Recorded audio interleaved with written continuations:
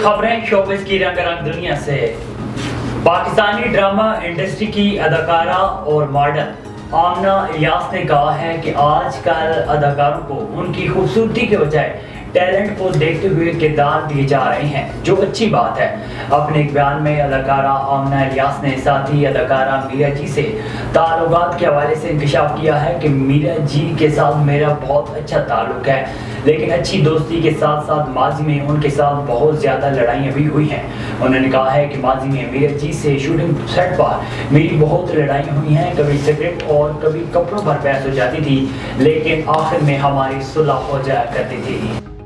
بالی would اداکارہ پرینیتی چوپڑا اور عام آدمی پارٹی کے رہنما راگھو چڈھا کی شادی کا دعوت نامہ سوشل میڈیا پر لیک ہو گیا۔ سوشل میڈیا پر وائرل شادی کارڈ کے مطابق رواں ماہ شادی کے بندھن میں بندھنے والے جوڑے میں عام آدمی پارٹی کے رہنما راگھو چڈھا کی سیرہ بندی 24 ستمبر مشہور تاج لیک میں دوپہر 1 بجے ہوگی، جبکہ عظیم الشان بارات شاہی جلوس کا انعقاد 2 بجے ہوگا اور 4 بجے شادی کے پھیرے لیے جائیں گے۔ خوبصورت سفید کارڈ کے مطابق دلہن کی رخصتی شام 6:30 بجے ہوگی، جبکہ رات 8:30 بجے لیلا پیلس کے دربار میں ایک شاندار استقبالیہ دیا جائے گا۔